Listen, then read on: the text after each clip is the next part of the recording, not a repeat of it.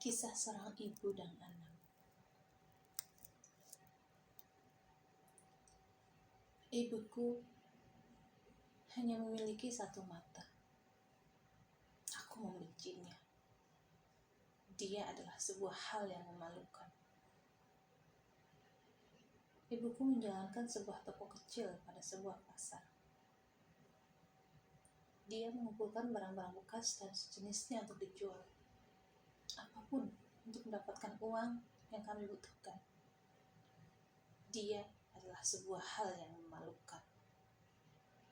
Pada suatu hari di sekolah, aku ingat saat itu hari ketika ibuku datang. Aku sangat malu. Mengapa dia melakukan hal ini kepadaku? Aku melemparkan muka dengan rasa benci dan berlari. Keesokan harinya di sekolah, ibumu hanya memiliki satu mata.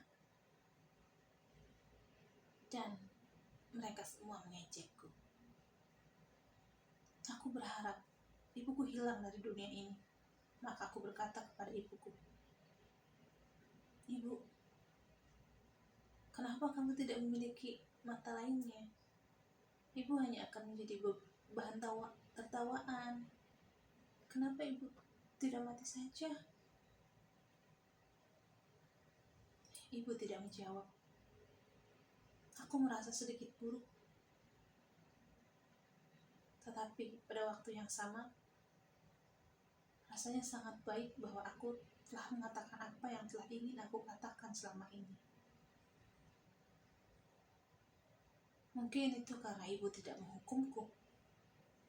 Tetapi aku tidak berpikir bahwa aku telah sangat melukai perasaannya.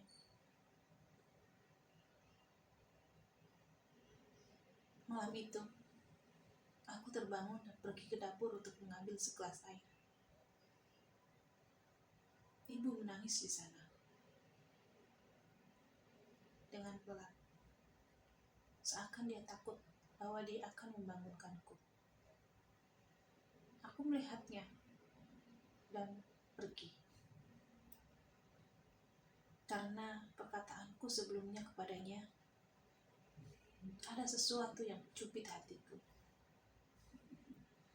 Meskipun begitu, aku membenci ibuku yang menangis dari satu matanya. Jadi, aku mengatakan pada diriku sendiri jika aku akan tumbuh dewasa dan menjadi sukses. Karena aku membenci ibu bermata satu dan kemiskinan kami. Lalu, aku belajar dengan keras. Aku meninggalkan ibuku dan pergi ke Seoul untuk belajar. Dan diterima di Universitas Seoul.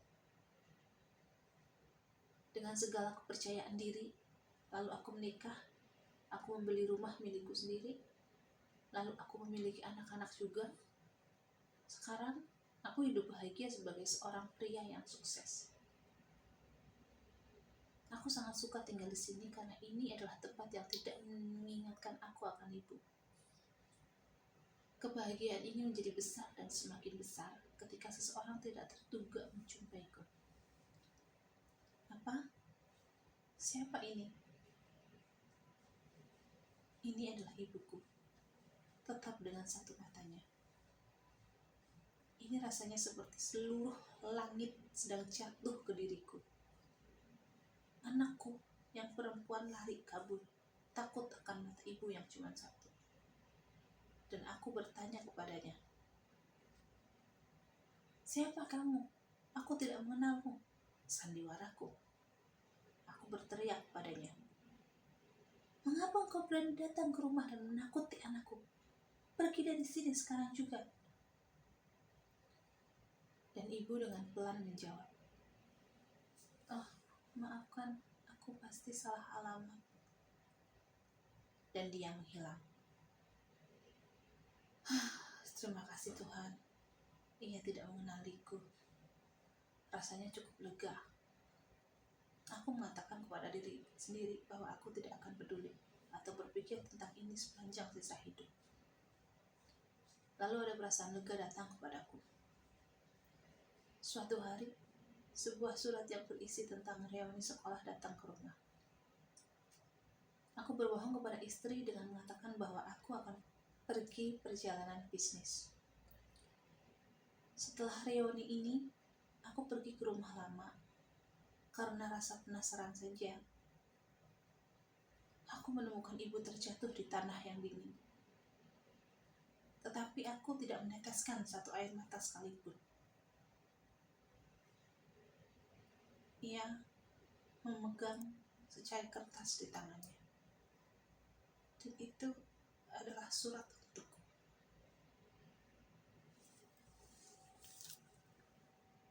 Anakku, aku pikir hidupku sudah cukup lama saat ini.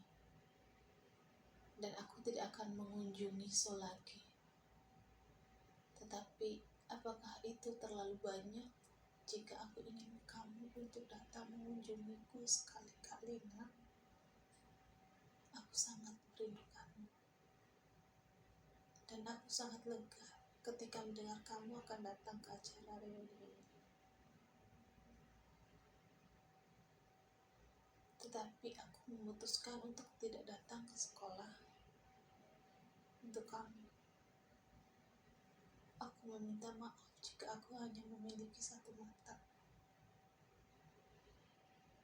Dan aku hanya membawa kemaluan bagi dirimu. Kamu tahu, ketika kamu masih sangat kecil, kamu terkena sebuah kecelakaan dan kehilangan satu matamu. Sebagai seorang ibu, aku tidak tahan melihatmu harus tumbuh dengan hanya satu mata. Maka aku memberikanmu mataku. Aku sangat bangga kepadamu, nak, yang melihat dunia yang baru untukku. Gantikanku dengan mata itu. Aku tidak pernah marah padamu atas apapun yang kamu lakukan. Berapa kali ketika kamu marah kepadaku, aku berpikir sendiri, ini karena kamu mencintai aku.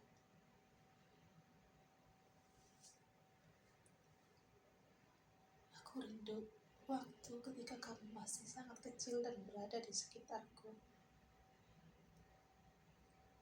Aku sangat merindukanmu. Aku mencintai. Kamu adalah duniaku.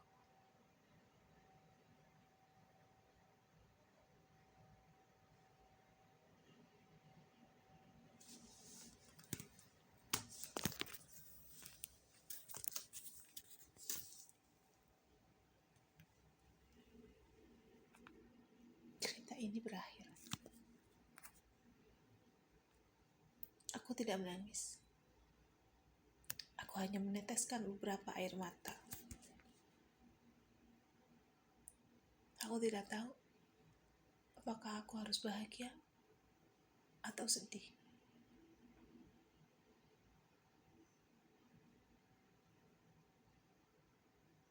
Menyesal pun sudah tak berguna lagi.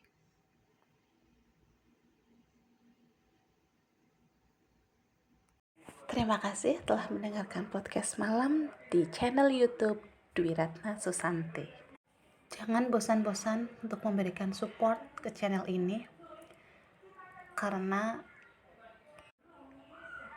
support kalian adalah semangatku untuk terus berkarya.